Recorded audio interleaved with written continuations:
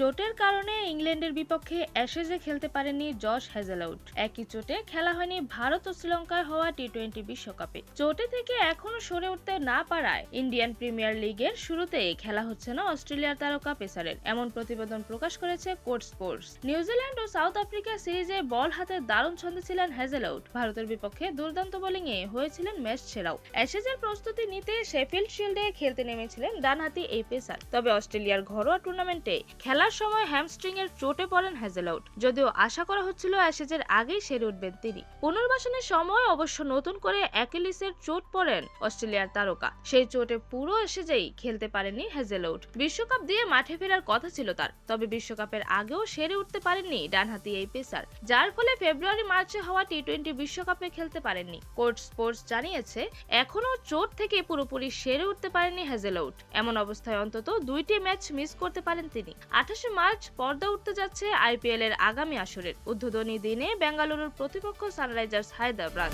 হ্যাজেলউডকে না পাওয়া গেলে বিপাকে পড়তে পারে বেঙ্গালুরু, কারণ গত আসরের ফ্র্যাঞ্চাইজিটির প্রথমবার শিরোপা জেতার পেছনে বড় অবদান রেখেছিলেন হ্যাজেলউড। অস্ট্রেলিয়ার আরেক পেসার প্যাট কামিন্সও ইনজুরিতে পড়েছেন। সানরাইজার্সের অধিনায়ক কবে দলের সঙ্গে যোগ দেবেন সেটা এখনো নিশ্চিত নয়।